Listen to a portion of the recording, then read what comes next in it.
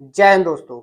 कैसे हो आप सभी लोग? उम्मीद है मस्त और बिंदास होंगे और अपनी पढ़ाई को जबरदस्त तरीके से कर रहे होंगे। आज का सेशन बहुत ही महत्वपूर्ण सेशन है। आप लोगों को थंबनेल देखकर पता चल गया होगा कि यहाँ जो आज का सेशन होने वाला है वो सरकार की गलत नीतियों को लेकर है। उनकी गलत नीतियां क्या है उन पर चर्चा करने का सेशन है।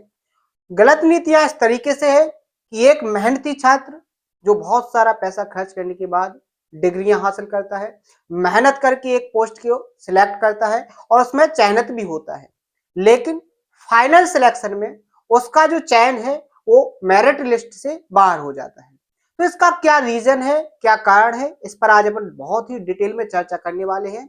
सेशन को पूरा देखना है, आपको बात बहुत पसंद आएगी और अगर बात आपको पसंद आए तो इसको ज्यादा से ज्यादा शेयर भी करना है, क्योंकि आपके हक और अधिकार की लड़ाई है। युवाओं को जो उनका अधिकार है वो मिलना चाहिए, वो अगर आप उसके लिए नहीं लड़ोगे तो उम्मीद है आपको वो नहीं मिलेगा, क्योंकि जो सरकार का सिस्टम है वो बहुत ही खराब हो चुका है।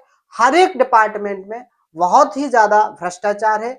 हर एक डिपार्टमेंट में बिल्कुल बारीकी से जांच के साथ अगर देखा जाएगा तो हर एक सिस्टम गलत ही पाया जाएगा, चाहे वो कोई भी डिपार्टमेंट हो। तो ऐसे एक डिपार्टमेंट शिक्षा विभाग है जिसमें बहुत ज्यादा भ्रष्टाचार देखने को मिलता है और आपके आसपास बहुत सारे स्कूल में है, उनमें भी आपको देखने को मिला होगा। बात करेंगे युवाओं के रोजगार की। एमपी में बहुत ज्यादा बेरोजगारी है।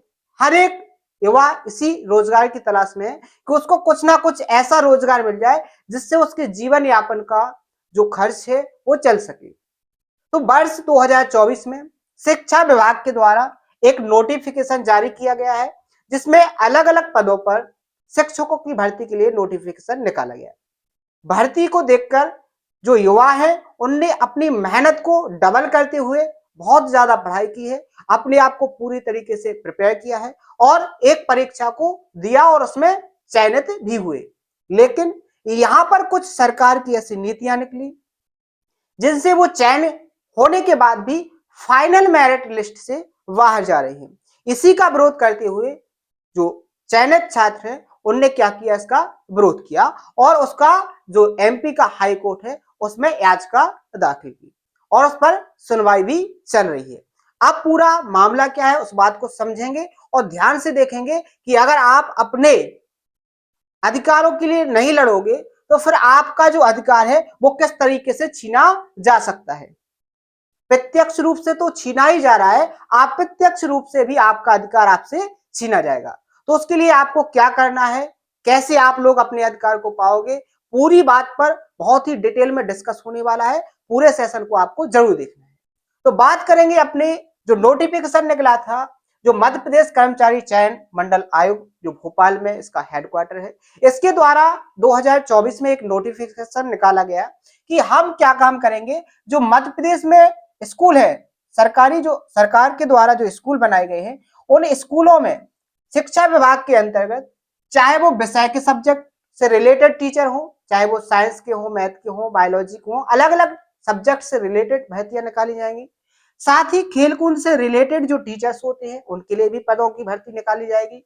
साथ ही संगीत वादन के लिए भी पदों पर भर्तियां निकाली जाएगी। यानी उन्होंने स्पष्ट किया है कि हम भर्तियों को निकालेंगे, किन किन पदों की वैकेंसी निकलेंगी इसको भी बहुत अच्छे से स्पष्ट किया है।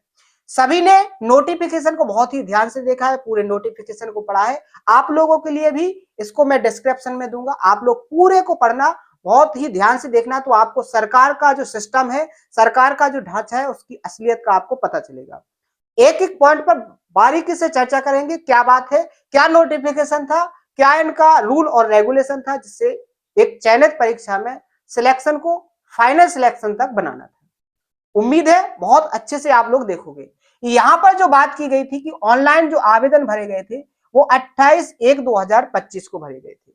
इसके बाद ऑनलाइन आवेदन भरने के बाद यहां पर 20 मार्च 2025 से क्या हुई, परीक्षा प्रारंभ हुई। अलग अलग शिफ्टों में अलग अलग टाइम पर परीक्षाओं को किया गया। यानी कि जो युवा थे उनने फॉर्म भी भरा, युवाओं ने बहुत मेहनत करके क्या काम किया, परीक्षा को दिया और परीक्षा में इतना स्कोर किया कि उनका चयन हो सके। बिल्कुल बात क्लियर थी, स्पष्ट थी कि मेहनत करोगे तो आपको कुछ ना कुछ मिलेगा। इसी बात को ध्यान में रखते हुए हर एक युवा ने मेहनत की है और बहुत अच्छे से अपना स्कोर टारगेट किया। लेकिन आगे जैसे ही बढ़े तो वहां पर देखा गया नोटिफिकेशन में कि यहां पर जो बात की जाएगी वो की जाएगी आरक्षण की। जो फाइनल सिलेक्शन होगा वो आरक्षण को ध्यान में रखते हुए होगा। बात सबको पहले से भी पता थी, कोई नई बात नहीं है। लेकिन यहां जैसे ही वो आगे बढ़ते गए तो एक बहुत बड़ा पॉइंट देखने को मिला है जिसके बारे में आपको बहुत अच्छे से डिस्कस करने वाला हूं। आप लोगों को उसको समझना है कि यह बात सही है या गलत है। अगर गलत है तो कितनी गलत है और अगर सही है तो कितनी सही है। अगर आप लोग उससे सहमत हो गए तो उसको कमेंट बॉक्स में आप लोगों को जरूर बताना है। बात पर डिस्कस करेंगे। इससे पहले जो चयन का जो आरक्षण होगा वो किस तरीके से होगा, तो जो चयन आयोग है उसने 4 पॉइंटों पर डिटेल से अपनी बात रखी है कि यहाँ पर जो शिक्षक चयन परीक्षा संबंधी विभागीय नियम या पदभार आरक्षण तालिका है उसको डिटेल से बताया गया है। पेज नंबर 3 से 32 तक आपको ये पूरी पीडीएफ जो डिस्क्रिप्शन है उसमें दी जाएगी। आगे जो दूसरा क्रम रखा गया है वो पदभार पाठ्यक्रम कि आपको हर एक सब्जेक्ट में कितने पद हैं उसके अनुसार आपको क्या दिया जाएगा, आरक्षण दिया जाएगा। तीसरे पॉइंट पर डिस्कस किया गया है पेज नंबर 66 से 78 तक। और चौथा जो प्रारूप था इसको 79 पेज नंबर में इनने रखा है। इसको आप डिटेल से देखना, समझ में आएगा कि इनकी नीतियां क्या है आखिरकार। जैसे ही आगे बढ़ते गए तो मुझे यहाँ पर एक बहुत ही जो आरक्षण का जो सबसे खराब बिंदु लगा है वो जिस पर बहुत सारे जो मेहनती छात्र हैं जो एक बहुत ही गरीब परिवार से आते हैं लेकिन उन्होंने मेहनत की है, उनके माँ बाप ने भी उनका सहयोग किया है, कैसे भी तरीके से आर्थिक रूप से कमजोर होते हुए भी अपने बच्चों को पढ़ाया है, बच्चों ने भी मेहनत से पढ़ा है और एक अच्छा स्कोर किया है। लेकिन यहाँ पर एक बात देखने को मिली है, आरक्षण के बहुत सारे पॉइंट थे जो हर एक परीक्षा में देखने को मिलते हैं, लेकिन यहाँ पर जो देखने को मिला है सबसे ज्यादा इंपॉर्टेंट जो लास्ट में पॉइंट दिया था यहाँ पर 7.2 का जो पॉइंट था, इसमें जो तीसरा पॉइंट था ये सबसे ज्यादा मुझे गलत लगा है। मुझे क्या, जो चयनित स्कोर वाले स्टूडेंट हैं उन हर एक स्टूडेंट को क्या लगा है, गलत लगा है। गलत क्या है सही क्या है वो आप खुद बताओगे कमेंट बॉक्स में। बात क्लियर है। सबसे पहले मैं आपसे एक क्वेश्चन करना चाहता हूं कि आज के टाइम पर जो बेरोजगारी का दौर है, इस बेरोजगारी में ऐसे कितने स्टूडेंट्स हैं, ऐसे कितने युवा हैं जो ये नहीं चाहते हैं कि उनको कुछ ना कुछ ऐसा रोजगार मिल जाए जिनसे उनकी दिनचर्या का जो खर्चा है, जो महंगाई है, उसको वो आगे जीवन यापन कर सके, उस महंगाई को झेल सके। बात क्लियर है। हर एक युवा ये चाहता है कि उसको कुछ ना कुछ रोजगार मिले जिससे वो इस महंगाई की मार को झेल सके। लेकिन यहां पर एक बात निकाली गई है कि आप लोगों को अगर अतिथि में भर्ती करना है तो इसके लिए आपको फॉर्म अप्लाई करना पड़ेगा। हर एक युवा ने कोशिश की है, आसपास के स्कूलों में अपने फॉर्म को अप्लाई किया है कि मेरा सिलेक्शन अतिथि के लिए हो जाए। लेकिन यहां पर भी 70% जो चयन हुआ है वो सिस्टम के विरोध में हुआ है, यानी कि सिस्टम के बिल्कुल अपोजिट हुआ है। यानी जो पात्र था उसको वो सिलेक्शन नहीं दिया गया है, जो अपात्र था उसको सिलेक्शन मिला है। लेकिन वो कैसे मिला है, वो मिला है केवल और केवल पहचान पर। किसके तौर पर मिला है, पहचान पर। एग्जाम्पल के तौर पर समझेंगे सिस्टम कितना गंदा है, बहुत अच्छे से समझ में आएगा। जैसे आपके नजदीक में अगर कोई स्कूल है, आपने वहां पर जैसे ही पोर्टल पर आपका एक पॉइंट खुलता है, एक वेबसाइट पर जो आपको फॉर्म भरने के लिए एक वेबसाइट खुलती है कि आप शिक्षक के लिए अतिथि फॉर्म में आप अप्लाई कर सकते हो। आपने अप्लाई किया, आपको स्कूल आवंटित हुए जो आपने स्कूल डाले थे। जब आप उसके अंदर जाते हो तो वहां का जो मेन इंचार्ज होता है उसके द्वारा आपको क्या कर दिया जाता है, उसमें अपात्र घोषित कर दिया जाता है बहुत सारे पॉइंटों को बताकर। लेकिन आपसे जो कम पात्र है, यानी आप कह सकते हो कि वो आपकी अपेक्षा अपात्र स्थिति में आता है और उसका चयन हो जाता है। तो वो सिस्टम का एक गंदा रूल है कि केवल और केवल अगर आपकी पहचान होती तो आप उस स्कूल में क्या हो जाते, अतिथि शिक्षक बन सकते थे। लेकिन आपकी वहां पहचान न होने से आपको अतिथि शिक्षक नहीं बनाया गया। यहां भी आप क्या हो गए, बेरोजगार हो गए, यानी कि यहां पर भी आपको क्या नहीं मिला, रोजगार नहीं मिला। फिर आपने जी जान से मेहनत करना स्टार्ट किया, बहुत अच्छे से मेहनत की है और मेहनत करने के बाद जब आपने एक परीक्षा को दिया और उस परीक्षा में आपका एक चयन लेवल का स्कोर हुआ, तो फिर आपको एक उम्मीद बढ़ी, आपके अंदर एक हौसला आया कि अब आप एक सरकारी टीचर बन सकते हो। लेकिन जैसे ही सरकारी चयन समिति के जो आरक्षण बिंदुओं को देखा आपने, तो जैसे ही आपको पता चला कि इसमें जो दिया गया है, जो आरक्षण का पॉइंट, कि शैक्षणिक संवर्ग अंतर्गत सीधी भर्ती के शिक्षकों के पदों के उपलब्ध रिक्तियों की 50%, कितने प्रतिशत, 50% रिक्तियां किसके लिए है, अतिथि शिक्षक वर्ग के लिए है। किसके लिए है, अतिथि शिक्षक वर्ग के लिए है। अब आप यहां पर एक बात समझिए, 100% स्टूडेंट है, बेरोजगार कितने हैं, बेरोजगार यहां पर है आपके कितने, 100%। यहां पर आप एक बात बताइए, क्या इन 100% में से कितने ऐसे युवा होंगे जिनको अतिथि शिक्षक बनाया गया है, लगभग 30% होंगे। कितने होंगे, 30% होंगे। आप एक बात बताइए, 70% तो अभी भी क्या है, बेरोजगार है कि नहीं, क्या है, बेरोजगार है।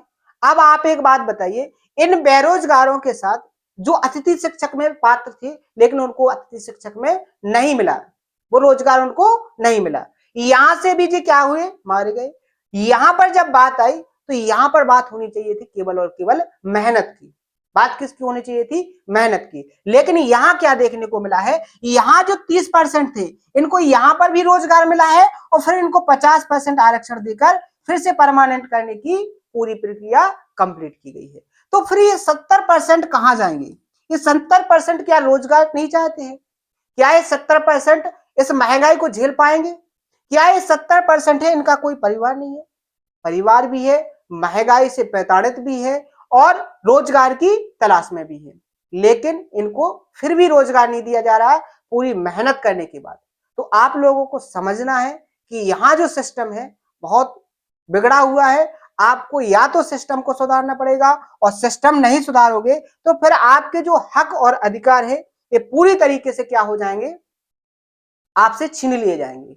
तो मेरा आप लोगों से यही कहना है कि आप इसको ज्यादा से ज्यादा शेयर करके उन सभी युवाओं को जोड़ने की कोशिश करो जिनसे आप लोग समझ सकते हो कि आपके अधिकार बच जाएं, आपके जो सपने हैं, आपकी जो मेहनत है, उनका जो परिणाम है, उनका जो फल है वो आपको मिल जाए। और इसके लिए आपको घर में बैठ के का रिजल्ट नहीं मिल सकता है, आपको वो फल नहीं मिल सकता है, आपकी मेहनत की जो उम्मीदें हैं वो आपको नहीं मिल सकती हैं। इसके लिए आपको कहीं ना कहीं क्या करना पड़ेगा, सरकार के सिस्टम का विरोध करना पड़ेगा, क्योंकि आप दिन प्रतिदिन देख रहे हो बेरोजगारी बढ़ती जा रही है, युवा बेरोजगार हो रहे हैं, महंगाई दिन प्रतिदिन बढ़ती जा रही है, और आप केवल पढ़ते रहे और एग्जाम को देते रहे तो फिर ना तो आपको अधिकार मिल रहा है और ना ही आपको कोई चैन मिल रहा है। सिस्टम आप लोग बहुत अच्छे से समझते हो, किसी को समझाने की जरूरत नहीं है। यहाँ पर स्पष्ट उन्हें बोल दिया गया है कि 50% जो रिक्तियां हैं वो अतिथि शिक्षकों को दी जाएंगी। बात क्लियर, रिजर्वेशन उनको मिलना चाहिए था, लेकिन क्या 50% जो रिजर्वेशन उन्हें दिया है ये सही है, ये आप लोग बताओगे, या 50% रिजर्वेशन में कितनी पोस्टें, अगर आप यहाँ पर अनुमान लगा सकते हो, अगर 500 पोस्टें निकाली जाएंगी तो 250 पोस्ट केवल केवल किसकी होगी, अतिथि शिक्षक की होगी। तो आप लोग बता सकते हैं कि क्या आप का एक चयन स्कोर होने के बाद भी सिलेक्शन हो पाएगा, बिल्कुल नहीं होगा। इसके लिए आपको कोई ना कोई या तो आंदोलन करना पड़ेगा या सरकार के खिलाफ आपको आवेदन देना पड़ेगा, कुछ ना कुछ आपको ऐसी प्रक्रिया करनी पड़ेगी जिससे सरकार की नींद खुले और आपके जो हक और अधिकार हैं वो आपको मिले। सीधी सी बात है, आप आज नहीं लड़ोगे तो फिर कल आपकी सुनने वाला कोई नहीं है। आपको लड़ना पड़ेगा अपने अधिकार को मांगने के लिए, चाहे आप किसी भी तरीके से लड़ो, आपको लड़ना पड़ेगा।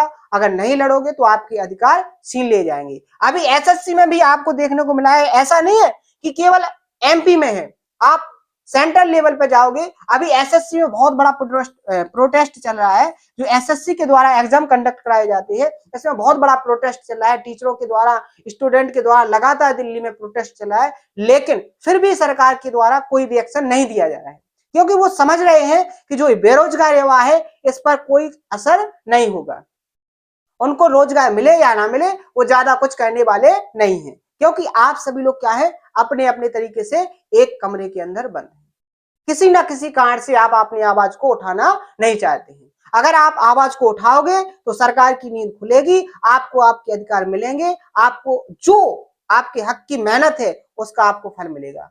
लेकिन हर एक स्टूडेंट अपने अपने तरीके से देखता है कि जब मेरी बारी आएगी तो मैं अपने खिलाफ लड़ूंगा, लेकिन आपको हर एक तरीके से एकजुट होना पड़ेगा, तभी आपको अधिकार मिलेंगे। सिस्टम बहुत ज्यादा बिगड़ चुका है। क्लियर है बात? यहाँ एसएससी की बात आपको बहुत अच्छे से पता होगी। सोशल मीडिया पर हर एक जगह पर आप देखोगे एसएससी का जो प्रोटेक्शन चल रहा है बहुत अच्छे से चल रहा है, प्रेस्ट और ग्रोथ चल रहा है बहुत अच्छे से। हर एक टीचर उसमें शामिल हो रहा है और स्टूडेंटों को जोड़ने की कोशिश कर रहा है। तो आप लोगों को भी उस प्रोटेस्ट में शामिल होना है और आपको भी अपनी आवाज को बुलंद करना है। जब जाके सरकार की नींद खुलेगी, जब जाके आपका सिस्टम सुधरेगा, तब जाके आपको सिलेक्शन मिलेगा, आपके अधिकार मिलेंगे। क्लियर है बात? इसी को ध्यान में रखते हुए कुछ स्टूडेंट, कुछ युवा बेरोजगारों ने यहाँ पर अपना रिएक्शन दिखाया था और याचिका दाखिल की थी। क्या थी? जो आपका एमपी में जो शिक्षक भर्ती निकाली गई थी, जो 50% आरक्षण की बात थी, इससे जो अनसेटिस्फाइड जो युवा थे उन्होंने याचिका दायर की थी हाई कोर्ट में, जिसकी सुनवाई अभी लास्ट में 31 तारीख को की गई थी। कब की गई थी? 31 जनवरी 2025 को सुनवाई की गई थी। और इसमें जो याचिकाकर्ता थे वो क्या थे? श्री दिनेश सिंह चौहान। और जो एडवोकेट थे वो कौन थे? श्री दीप चंद्र बागड़ी। क्या थे? श्री दीप चंद्र बागड़ी, जो एडवोकेट फॉर क्या थे? पिटीशनर, जो पिटीशन करता थे उसके वकील थे। इनके साथ जो अपने जज थे विवेक जैन और जो चीफ जस्टिस थे वो क्या थे? सुरेश कुमार कांति। इनके द्वारा वीडियो कॉन्फ्रेंसिंग के जरिए क्या की गई है? एक मीटिंग की गई थी, जिसमें उन्होंने स्पष्ट शब्दों में कहा था, क्या कहा था कि notice be served on respondent, page number जो 4 में दिया गया था, on taking step within 1 week. यानी कि उन्होंने बताया था कि जो पेज नंबर 4 में जो याचिकाकर्ता के द्वारा बातें रखी गई हैं, इस पर पूरी तरीके से चर्चा करके 1 वीक के अंदर क्या दिया जाए? इसका रिस्पॉन्स दिया जाए और इस पर बहुत अच्छे से डिस्कस किया जाए। लेकिन आगे उन्होंने और एक बात कही थी कि यहाँ जो श्री ब्रह्मदत्त सिंह थे, जो डिप्टी एडवोकेट थे जनरल एक्सेप्ट के, जो नोटिस एक्सेप्ट किया था जिनकी ब्रांच ने, उन्होंने भी बहुत अच्छे से टाइम मांगा था, कि उन्होंने टाइम मांगा था बिहाफ ऑफ रिस्पॉन्स। इसका रिस्पॉन्स करने के लिए पेज नंबर 1 से 3 तक इसके लिए उन्होंने टाइम मांगा था। फाइल रिप्लाई के लिए उन्होंने टाइम मांगा था, तो टाइम भी उनको दिया गया था। कितने वीक का? उनको लगभग 4 वीक का टाइम दिया गया था कि आपको 4 सप्ताह का टाइम है, आप 4 सप्ताह के अंदर इस पर विशेष रूप से हर एक पॉइंट पर प्रॉपर तरीके से डिस्कस कर ले और 4 वीक के अंदर इसका रिस्पॉन्स जरूर दें। तो इसके बाद अब जो नई सुनवाई होगी वो आपकी सुनवाई की जाएगी, यहाँ पर आपकी सुनवाई होगी अब 19 अगस्त 2025 को। क्या होगी? 19 अगस्त 2025 को। आप लोग समझ सकते हो 2024 में नोटिफिकेशन निकला है, 2025 में एग्जाम कंडक्ट हुआ है और सिस्टम इतना गंदा था कि ऐसे पॉइंटों को आरक्षण में जोड़ दिया गया है, जिससे अभी तक केवल और केवल उस पर क्या चल रही है? पिटीशन चल रही है। यानी कि उस पर भी क्या चल रहा है? केस चल रहा है। यानी कि 2024 की वैकेंसी हो सकता है 2026 या 27 में उस पर भर्ती की जाए। तो आप लोग समझो, एक मेहनती छात्र के साथ 2024 में पेपर फॉर्म भरवाया जाए और उसका 2025 में एग्जाम करवाया जाए और 2026-27 तक उसकी चयन प्रक्रिया हो, तो फिर आप समझ सकते हो इस बीच वो बेरोजगार क्या करेगा।